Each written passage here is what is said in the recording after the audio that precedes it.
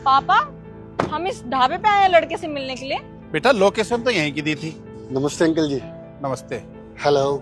Hello. आप राकेश जी हैं? हाँ बेटा। Your daughter Satakshi right? हाँ हाँ। मैंने आपको पहचान लिया, आपकी फोटो आ गई थी मेरे पास।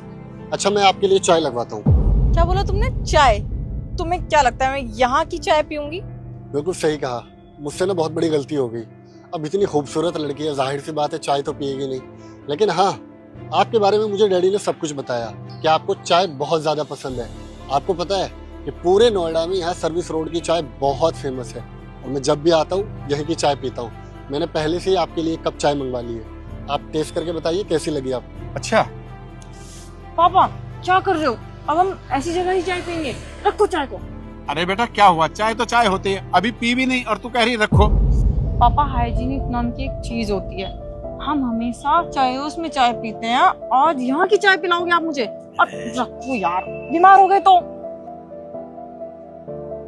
कोई बात नहीं, अगर आपको चाय नहीं पीनी तो मैं आपके लिए पराठे लगवा देता हूँ, ये बहुत अच्छे पराठे बनाता है। छोटू ये चल क्या रहा है? पहले तो मुझे ये बताओ, कभी चाय पराठे, क्या हम यहाँ पे पराठे खा के बात करेंगे शादी की? मुझे लगा हम किसी अच्छे रेस्टोरेंट में जाएंगे। क्यों, यहाँ पर कोई प्रॉब्लम है? और आज तो मौसम भी बहुत अच्छा है, हवा भी बहुत अच्छी चल रही है। मैं आपकी कोई टपरी वाली दोस्त नहीं हूँ जो ऐसे बाइक पे घूमते हुए हम पराठे खा रहे हैं, चाय पी रहे हैं, ठीक है? मैं आपके साथ अपनी जिंदगी भर का डिसीजन लेने आई हूँ। कहीं अच्छी जगह चल के बात करते हैं, अगर आपकी औकात है तो। या फिर आपकी इतनी औकात नहीं है कि आप मुझे अच्छे रेस्टोरेंट में कुछ खिला भी पाओ, या फिर यहाँ पे 20 रुपए के पराठे ही खिलाओगे। अरे बेटा क्या बकवास कर रही है, जानती है ये कौन है? और राकेश जी कोई बात नहीं, इनको बोलने दो। सही तो कह रहा है ये, बोलने दो ना मुझे। और इसको जानने में रखा क्या है? अच्छे से पता चल रहा है क्या औकात है इसकी। ढाबे में बुलाया है इसने मुझे और पराठे चाय इन सब चीजों के लिए पूछ रहा है। आप मुझे बताओ मैं क्या सोचूं इसके बारे में। और पापा मुझे एक बात बताओ, इसको तो मेरे बारे में नहीं पता था कि मेरा स्टैंडर्ड क्या है, मेरा लेवल क्या है, मेरी पसंद क्या है, या फिर मैं ऐसी जगह नहीं आती हूँ।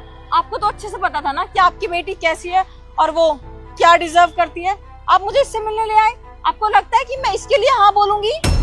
बेटा क्या बोल रही है तू? तू बहुत बड़ी गलती कर रही है, तू जानती नहीं ये कौन है?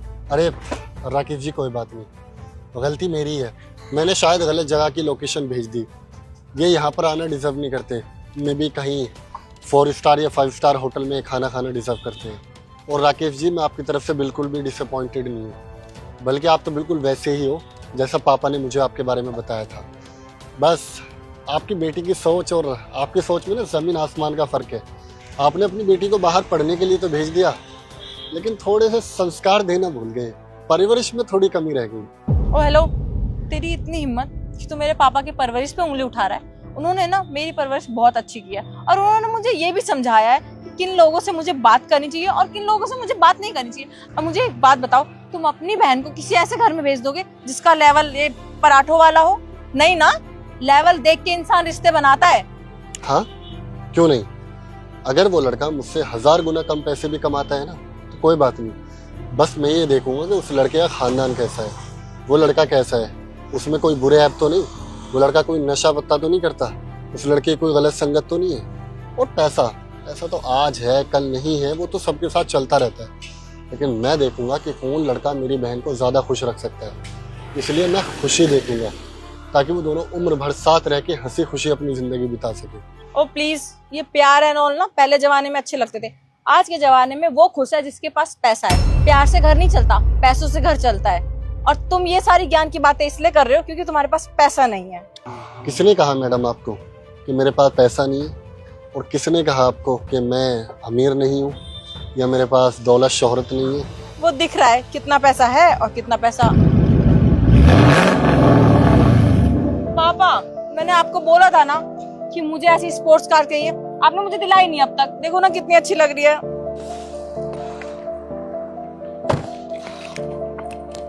सर आपकी कार की चाबी, थोड़ा सा ट्रैफिक था इसलिए आने में लेट हो गया।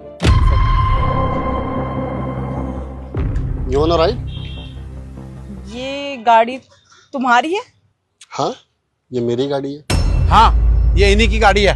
बेवकूफ लड़की, मैं कितनी देर से तुझे कह रहा हूँ चुप हो जा चुप हो जा, लेकिन तू तो सुनती नहीं। तुझे बाहर पढ़ने क्या भेज दिया, बस बोले जा रही है बोले जा रही है। अरे तू जानती है इनके पास ऐसी और भी कई गाड़ी हैं।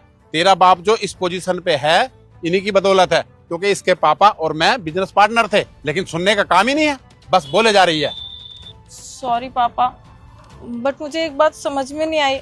आपके पास इतनी महंगी गाड़ी है, आप इतने अमीर हो, तो आपने मुझे ये ढाबे पे क्यों बुलाया था? और आप ऐसे किसी को भी ढाबे पे बुलाओगे तो वो लड़की गलत ही समझेगी ना। You are right. अगर मैं किसी भी लड़की को ऐसी जगह बुलाऊंगा तो जाहिर सी बात है उसकी असलियत मेरे सामने आ जाएगी। वो क्या है ना कि जब पापा ने बोला कि लड़की देखने का वक्त आ गया, तो पापा ने बोला कि जो राकेश जी है वो उनके बचपन के दोस्त हैं, लेकिन उनकी जो बेटी है वो अब्रॉड में पढ़ती है। जाहिर सी बात है बचपन में अंकल जी ने आपको अब्रॉड भेज दिया था। अब जो गांव में रहने वाले इंसान है और अब्रॉड में रहने वाले, उनमें सोच में तो फ़र्क आएगा ना। तो बस यही देखना चाहता था कि जब मैं आपको एक मामूली से ढाबे पे बुलाऊंगा आप किस तरह रिएक्ट करोगे। देख लो, रिएक्शन आपके सामने है और मैं आपसे बिल्कुल भी डिसअपॉइंट नहीं हूँ। आप अपनी जगह बिल्कुल सही हो, लेकिन लड़का गलत देखने आ गए आप, क्योंकि मुझे अपने घर के लिए एक सिंपल और साधारण बहू चाहिए जो हमारे देश से जुड़ी हो और यहाँ की संस्कृति और सभ्यता जानती हो। Uncle ji, I am really sorry, मैं आपकी बेटी से शादी नहीं कर पाऊँगा, क्योंकि मुझे ऐसा हमसफ़र चाहिए जो पैसे से नहीं बल्कि मुझसे प्यार करे। क्योंकि पैसा तो आपको पता ही है, इंसान कितना भी कमा लेता है और पैसा हमेशा साथ नहीं देता, लेकिन एक अच्छी लड़की और एक अच्छा हमसफ़र हमेशा साथ देता है। बल्कि आप अपने लिए खुद ही लड़का चुन ले तो बेहतर रहेगा, क्योंकि आपके डैडी फिर से मेरे जैसा कोई भोला भाला लड़का आपके सामने लाकर खड़ा कर देंगे। बाकी मुझे इजाज़त दो, मैं चलता हूँ। ठीक है बेटा, इसकी तरफ से मैं माफ़ी मांगता हूँ, और हाँ, अपने पापा से नमस्ते बोलना। बिल्कुल अंकल जी, और आप घर पर आते रहिएगा और हो सके तो दिल में कुछ गरज नहीं रखना, क्योंकि मैं चाहता हूँ कि डैडी की और आपकी दोस्ती ऐसे ही हमेशा बनी रहे। बाय। इसे कहते हैं अपने पैरों पे कुल्हाड़ी मारना। अब खड़ी क्या है, चल चलो।